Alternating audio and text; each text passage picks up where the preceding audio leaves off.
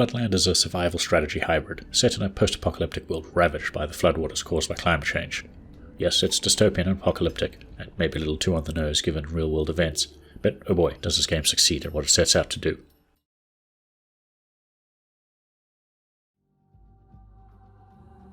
Players take on the role of a clan commander of sorts. You pick from a decent selection, with each commander having unique personality traits and methods of leadership.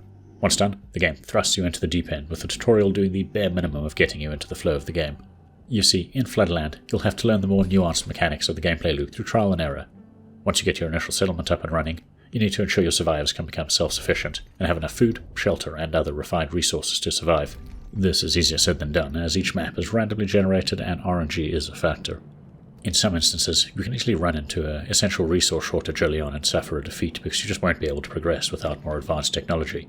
On top of this, random events occur throughout the game, and you need to be on your guard at all times. Many can be a complete disaster for you and your settlement if you're not stocked up on resources or at a sufficient tech level when they strike.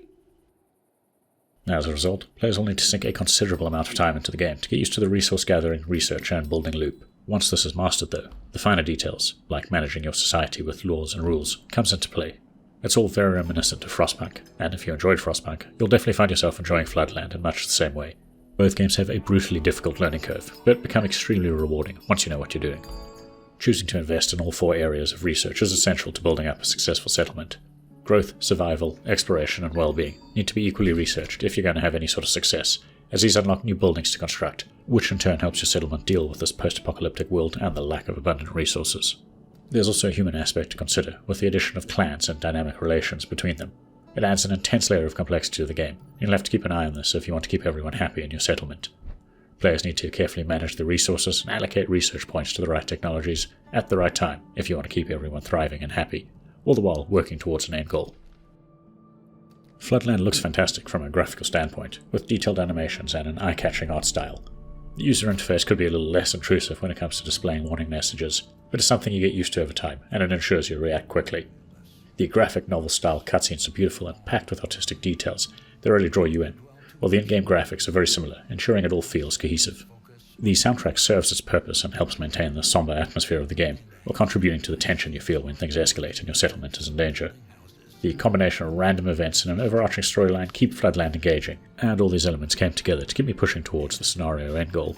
Now, while all of the above may sound great for a strategic game that involves micromanagement and tight resource control, Floodland suffers from a few potentially fatal technical flaws that mar an otherwise amazingly in-depth experience.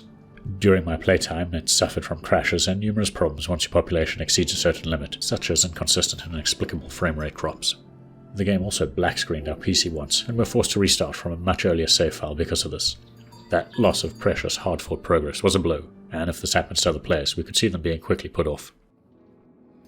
So overall, assuming the technical issues can be patched out, Floodland is a solid strategy game, and one that we can recommend picking up if you're into games that require forward-thinking planning, and some trial and error learning, and perhaps some on-the-fly adaptation. It follows in the footsteps of Frostpunk, and other titles which involve a similar hybrid of gameplay mechanics that mix up traditional survival with social elements.